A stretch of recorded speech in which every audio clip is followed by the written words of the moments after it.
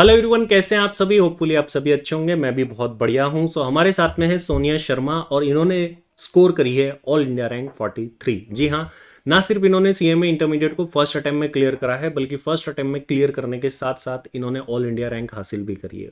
और ये फाउंडेशन के रास्ते से थी, मतलब ऑलरेडी ग्रेजुएशन भी इन्होंने नहीं कर रखी थी।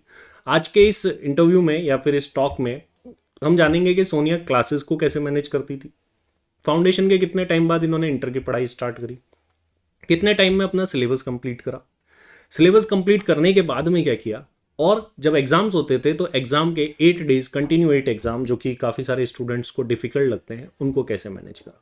सो first of all many many congratulation to you Sonia. Thank you so much sir. तो सोनिया, जब ये रैंक आती है, तो जैसा कि आपकी ऑल इंडिया रैंक 43 आई, तो क्या एक्सपेक्टेड था कि रैंक आएगी? नहीं, एक्सपेक्टेड नहीं था बिल्कुल भी ऐसा। मेरे को तो थोड़ा पास होने में भी डर लग रहा था, बट रैंक में। तो मतलब रैंक की एक्सपेक्टेशन तो थी नहीं, छोड़ो, पास का सोच रहे थे आपके हाँ पास हाँ, हो जाए। तो जब पता चला कि रैंक आई है तो कैसा लगा? बहुत अच्छा लगा, बहुत खुशी हुई। मतलब सुबह पहले देख लिया था मैंने, हम्म। रिजल्ट आया था तभी। तो बहुत अच्छा था, तो बहुत अच्छा, खुश। पेरेंट्स को क्या फील आता है, कैसा लगता है? सर बहुत खुशी होती है, मेरी मम्मी तो बहुत एक्साइटेड सी थी जब मेरा रिजल्ट आया, और उसके बाद मतलब अवार्ड्स वगैरह मिलने थे ना, तब भी बहुत खुश थे सब। अच्छा, पहली बार माला पहनी थी? हाँ। अच्छा। तो देखिए क्या होता है कि जब आप पास करते हैं और कोई अचीवमेंट करते हैं तो उसको रिकॉग्नाइज करना बहुत ज़रूरी है। हम लोग बिल्कुल उन चीज़ों को भी रिकॉग्नाइज करते हैं। अब चलिए बात कर लेते हैं थोड़ी पढ़ाई वाली चीज़ों की, कि पढ़ाई कैसे करते थे, क्योंकि जो लोग आपको जूनियर्स देख रहे हैं वो आपसे जानना चाहेंगे कि आपने क्या करा, आपने ऑफलाइन क्लासेस के साथ में कैसे मैनेज करा। क्योंकि ऑफलाइन क्लासेस में होता क्या है कि आपको कोचिंग के शेड्यूल के अकॉर्डिंग चलना होता है। रिकॉर्डेड में तो फिर भी आप अपने अकॉर्डिंग कर ले, बट वो बहुत ही कम बच्चे जो है वो अपने अकॉर्डिंग डिसिप्लिन मेंटेन करके सिलेबस कंप्लीट कर पाते हैं। तो आप सोनिया सबसे पहले मुझे ये बताइए कि फाउंडेशन का रिजल्ट आने के बाद आपने क्लासेस स्टार्ट करी इंटर की, या पहले ही कर ली थी? पहले ही कर दी थी। पहले ही आपने हाँ कर ली थी, मतलब फाउंडेशन का एग्जाम देते ही आप श्योर थे कि हाँ आप पास हो जाएंगे। हाँ। आपने क्लासेस स्टार्ट कर दी थी। हम्म। इंटर की स्टडी को कितना टाइम दिया? 6 मंथ्स, मतलब अप्रॉक्स 6 मंथ्स में हमारे यहाँ पे सिलेबस कंप्लीट हो गया था, फिर उसके बाद सेल्फ स्टडी स्टार्ट की मैंने। तो लगभग 6 महीने इन्होंने प्रिपरेशन को दिए। उसके बाद में 3 to 4 मंथ्स की जो है इन्होंने सेल्फ स्टडी करी। वो सेल्फ स्टडी इन्होंने कैसे करी वो भी जानेंगे, सारी चीज़ें जानेंगे। अच्छा, जब आप क्लासेस किया करते थे तो आपको जैसा पता है कि जीएससी में मैनेजमेंट बड़ा स्ट्रिक्ट है। यस। तो क्या आपका भी कभी ऐसे कुछ स्ट्रिक्टनेस का सामना करना पड़ा? नहीं, मैं तो डेली आती थी तो मेरा ऐसे कभी हुआ नहीं, और जब भी नहीं आती थी तो यहाँ से कॉल जाता था हमेशा। तो फिर तो आपको कैसा लगता है ये जो चीज़ है, ये जो हमने बनाया है, ये अच्छा है या खराब है? बहुत अच्छा है। बहुत। क्योंकि कई लोग, मुझे ये लगता है कि जो पास नहीं लगते थे वो भी पास हो हाँ गए इसके हाँ। थ्रू। तो जो भी बच्चे ऑफलाइन पढ़ते हैं, स्पेशली इस इंटरव्यू को देख रहे हैं, जो भी हमने मेथड्स बनाए हैं ये आपके लिए है।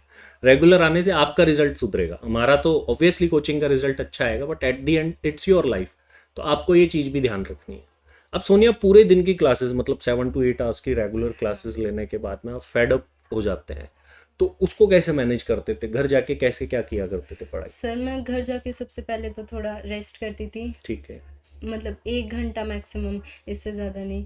फिर उसके बाद जो भी कोचिंग में पढ़ाते थे वो रिवाइज़ कर लेती थी, और कोई स्पेसिफिक सब्जेक्ट होती थी उनका तो बिल्कुल मैंडेटरी तरीके से पढ़ती थी, रोज़ाना कभी स्किप नहीं करती थी। जैसे आप डेली जितना भी आपको पढ़ाया गया हाँ है उसको रिवाइज करते थे, हाँ। ये एग्जाम के पहले जाके किया या डेली किया करते थे? सर डेली करती थी, मतलब टैक्स, कंपनी लॉज, बिकॉज ये बहुत ज़्यादा लेंदी होते हैं और इसमें बहुत ज़्यादा प्रोविजंस भी होते हैं, तो ऐसे मैनेज नहीं हो पाता था, तो रोज़ाना, ताकि मल्टीपल रिवीजन से वो रिटेन रहे माइंड में, इस वजह से। तो कुछ सब्जेक्ट को तो आप डेली किया हाँ करते थे। अब बिल्कुल। मैं एफए, कॉस्टिंग, ऐसे प्रैक्टिकल सब्जेक्ट्स की बात करूँ तो उनमें क्या किया करते थे? उनमें नहीं करती थी, उनमें तो मैंने सेल्फ स्टडी के टाइम ही पढ़ाई की थी। होमवर्क हाँ, करते थे? होमवर्क डेली डेली तो जो एकदम। आपको होमवर्क मिलता था हाँ वो आपका कंप्लीट रहता था? बिल्कुल। तो प्रैक्टिकल सब्जेक्ट में होमवर्क के थ्रू पढ़ाई हो हाँ जाती थी, हाँ। और जो प्रोविजन वाले जैसे टैक्स, आईडीटी हो गया, डीटी हो गया, या फिर लॉ हो गया, इनमें आप प्रोविजंस को रिवाइज किया हाँ। करते थे। अब ये सोनिया प्रॉब्लम आती है कि इतना तो टाइम क्लासेस में ही निकल जाता है, तो आप घर पे कितना टाइम दिया करते थे पढ़ाई को? मैं 3 घंटे तो देती थी, मतलब फिर सुबह पढ़ लेती थी, रात को तो 3 घंटे, और फिर मैं सो जाती थी और उसके बाद सुबह पढ़ती थी, तो जो भी 1 घंटा ऐसे मिलता था उस टाइम। ओके, तो नाइट में आप 3 आवर्स देते थे, हाँ, मॉर्निंग में कितने बजे उठा उठा करते थे? 5 बजे। 5 बजे उठ जाते थे हाँ, रेगुलर बिल्कुल? हाँ, तो हाँ, 5 से कब तक पढ़ाई करते थे? 5 से 6, 6:30 बजे तक। तो मतलब आप यूं बोल दूं कि 4 to 5 आवर्स आप हाँ। डेली स्टडी को देते थे हम्म। अक्यूमुलेट करके। हाँ। तो ये आपकी पढ़ाई रेगुलरली चलती हम्म। रही, और इसमें आपने क्लासेस ले ली, क्लास टेस्ट दे दिए, वो सब कुछ कंप्लीट कर लिया सपोज करिए। अब एक दौर आता है जहां पर आपका सिलेबस कंप्लीट हो जाता है। तो सिलेबस कंप्लीट होने के बाद में बैठ करके क्या सोचा, क्या करने की सोची? मेरे को है ना ऐसे था कि कम से कम 3 बार तो रिवीजन होनी ही चाहिए, तो मैंने उसी हिसाब से सब्जेक्ट्स को लिया था, ताकि मतलब जो इजी सब्जेक्ट्स है उन्हें सबसे पहले ले लिया, क्योंकि मेरे को डिफ़िकल्टी नहीं होती आगे भी, मतलब एक और बार रिवीजन, मतलब 2 मैक्सिमम रिवीजन होते ना तो हो जाते हो, इस वजह से। तो मैंने सबसे पहले एफए ले लिया, ओएम ले लिया, और फिर कॉर्पोरेट अकाउंटिंग ले लिया, फिर कॉस्टिंग ले लिया, फिर एमए ले लिया। तो मतलब प्रैक्टिकल सब्जेक्ट्स पहले किए मैंने, और पहले तब। प्रैक्टिकल को कंप्लीट हम्म। किया, ओके। और फिर दिवाली के टाइम पर ऐसे छुट्टियां थी, और उससे पहले एक बार मैंने एसएम पढ़ रखा था, लेकिन ठीक से नहीं था क्योंकि वो थ्योरी था तो भूल जाते हैं। तो फिर दिवाली के टाइम मैंने अच्छे से उसे पढ़ा। एसएम को हाँ, पढ़ा। वो वेकेशंस वगैरह होते हैं उसमें। और वो ऑडिट भी मैंने उसी टाइम कंप्लीट की, और लॉ तो पहले से चल रही थी तो उसका मतलब उसका तो अच्छा खासा रिवीजन हो ही रखा था मेरा, पहले से ही 1-2 बार तो हो ही गया था। बहुत सारे चैप्टर्स तो ऐसे थे जो मैंने 6-6, 7-7 बार पढ़े थे। अच्छा, हाँ। तो और मतलब रिविजन्स आपने बहुत बार किए थे। हाँ, अब सबसे ज़्यादा रिवीजन कौन से सब्जेक्ट के किए? Cost and management accounting. Cost और एमए का? हाँ। एमए का पेपर बच्चों को बड़ा हार्ड लगता है, हाँ। थोड़ा सा पिछले अटेम्प्ट से मैं देख भी रहा हूँ, एफएम और एमए बड़े हार्ड आते हैं। हाँ। तो मैनेजमेंट अकाउंटिंग को कैसे मैनेज करा, उसमें कैसे सेल्फ स्टडी करी आपने? कॉस्टिंग और जो एमए के टॉपिक सेम थे, तो सबसे पहले उनका किया, उनका मॉड्यूल पूरा सॉल्व किया, फिर पीवाईक्यू भी किए, और फिर उसके बाद मतलब मेरे को थोड़ा टाइम ज़्यादा लगा वो सब्जेक्ट्स को कंप्लीट कवर करने में। करने में, हाँ, कंप्लीट कर। तो उसमें ही सबसे ज़्यादा मैक्सिमम टाइम मेरा ओके। इन्वॉल्व। अब मैं बात करूँ, टैक्स एक ऐसा सब्जेक्ट है जिसमें डीटी भी आती है, आईडीटी भी आती है, बहुत बड़ा सब्जेक्ट है, उसको कैसे मैनेज करा? मैंने डीटी एकदम अच्छे से पढ़ रखा था, क्योंकि मैं स्टार्टिंग से पढ़ रही थी, तो मेरा उसमें भी है ना ऐसे था, क्लासेस कंप्लीट होते होते मेरे 2-3 बार रिवीजन तो हो ही ओके। चुके थे हर चैप्टर के। हेड्स ऑफ इनकम के तो हो ही गए थे बहुत बार।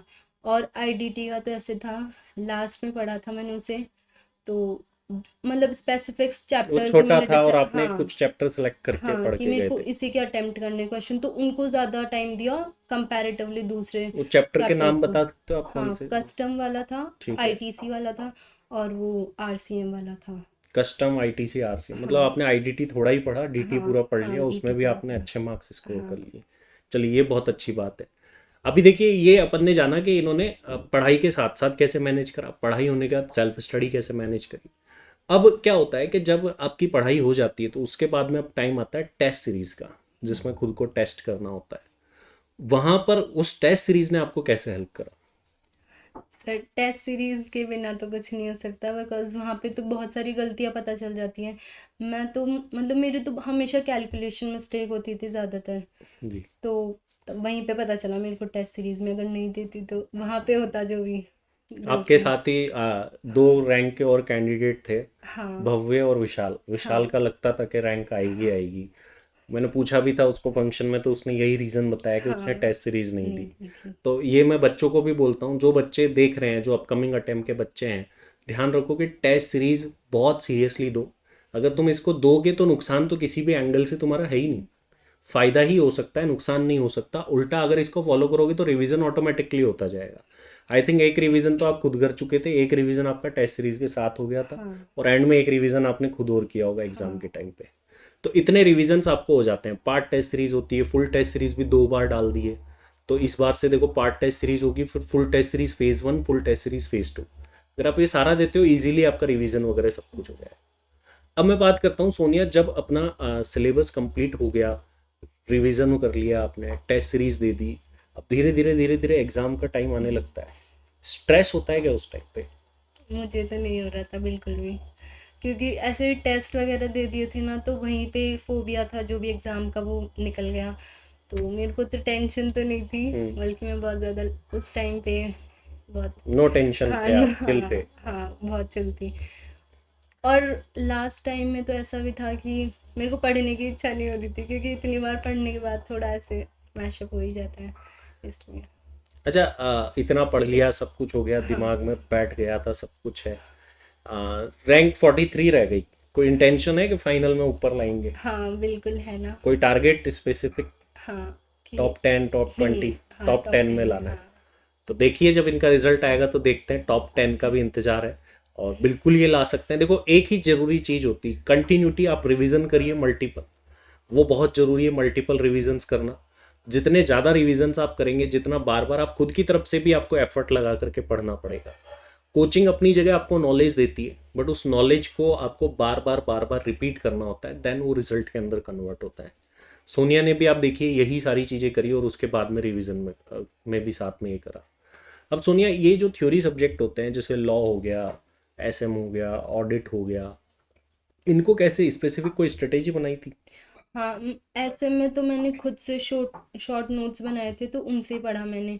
और लॉ में भी काफ़ी, मतलब टीचर बहुत अच्छे थे, तो उनसे जो भी उन्होंने नोट्स प्रोवाइड कर रखे थे, हैंड रिटन ही बनवाए थे उन्होंने, तो उससे मैं रिवीजन कर रही थी, तो उससे कर लिया। और बाकी और सब्जेक्ट्स में मैंने पढ़ा नहीं। एमए में मैंने लास्ट डे पे ही पढ़ा था, क्योंकि उसमें फिक्स होता है एक सेकंड क्वेश्चन हम्म। थ्योरी का, तो मतलब मैं पढ़ कर गई थी वो।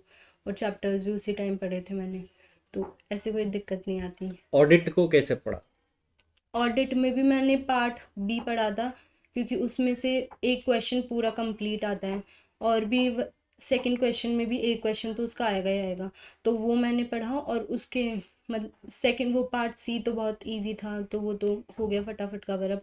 और जो फर्स्ट पार्ट था, उसको मैंने है ना, जब रिवीजन करी थी तब तो मैंने ले लिया था एक दो बार, लेकिन लास्ट टाइम एग्ज़ाम थे तब मैंने बिल्कुल उसे टच भी नहीं किया, क्योंकि उसे पढ़ती तो फिर दूसरे वो रह जाते इस वजह से। तो देखिए ये इन्होंने पूरा स्पेसिफिक पेपर्स के अकॉर्डिंग अपनी स्ट्रेटेजी बनाई। इनको ये पता था कि पेपर्स में कौन कौन से क्वेश्चंस कहाँ कहाँ से आ रहे हैं। तो पास्ट पेपर का एनालिसिस करना भी जरूरी है, और अगर आप खुद नहीं कर पाते तो आप एबीसी एनालिसिस देख लीजिए। अभी और भी आने वाले वापस से आने वाले अटेम्प्ट के लिए, जिसमें आपको ये बताया जाता है कि देखो इस चैप्टर का ट्रेंड है, इस चैप्टर से इतनी बार क्वेश्चन आया है, तो वहाँ से आपको आइडिया मिल जाता है और उस चैप्टर को आपको स्पेसिफिकली प्रेफरेंस देना है, ज़्यादा प्रेफरेंस देना है आपको उस चैप्टर को। तो इस चीज़ का भी आप ध्यान रख सकते हो। अब जब आप सेल्फ स्टडी करें तो ये ध्यान रखिए कि आपको पूरा प्रॉपरली रिवीजन करना है। देखिए मैं आपको बता दूं, बीइंग ए टीचर भी मैं बता दूं कि टीचर का रोल लिमिटेड होता है। अभी इनके बैच में इतने सारे बच्चे को मैंने पढ़ाया, इनकी रैंक भी आई, काफ़ी सारे बच्चे फर्स्ट अटेम्प्ट में भी क्लियर हुए, कुछ बच्चे ऐसे जो फेल भी हुए। हाँ, तो आप ये बताइए कि जो फेल हुए वो क्यों हुए? एक तो उन्होंने रिवीजन अच्छे से नहीं किया, और टेस्ट सीरीज भी नहीं दी। जी। तो आप देखिए कि सारी चीज़ें आपके ऊपर डिपेंड करती है बहुत हद तक। जिन लोगों ने रिविजन्स कम किए, बहुत इरेगुलरिटी क्लासेस में रखी, जो सीरियसली नहीं ली या टेस्ट सीरीज नहीं दी, वो फेल होने के कारण होते हैं। एक बार मेहनत कर लीजिए, सीरियस होकर के कर लीजिए, तो आप फटाफट से जो है इंटर पास करके फाइनल में आ जाएंगे। फिर एक बार और करनी है, देन आप सीए में बन जाएंगे। लेकिन अगर आप एक बार कम मेहनत करते हैं, इसका रिजल्ट होता है बार बार मेहनत करनी पड़ेगी। तो इट्स अपॉन यू कि आपको कैसे मेहनत करनी है और आगे जाके क्या करना है। सो होपफुली सोनिया जो है फाइनल में भी रैंक लेकर के आए, हमारी यही दुआ है पूरे तरीके से। Thank you. Thank you very much Sonia जुड़ने के लिए। और थैंक अभी यू। आने वाले और भी बच्चों का, इवन जिन्होंने नॉर्मल क्लियर करा है, रैंक के साथ नहीं है, फ्रेंड्स थे एक साथ पढ़ा करते थे, उनके भी इंटरव्यू लेकर के आऊँगा। और बाकी कुछ बच्चे ऐसे भी हैं जिन्होंने बहुत अटेम्प्ट बाद क्लियर करा है इंटर या फाइनल, उनसे भी बात करेंगे ताकि पता चल पाए कि उनकी गलतियाँ क्या थी और क्या नहीं करना है जिससे अटेम्प्ट ना लगे। तो फिलहाल के लिए इस वीडियो में इतना ही। Thank you very much. मिलते हैं नेक्स्ट वीडियो में। धन्यवाद।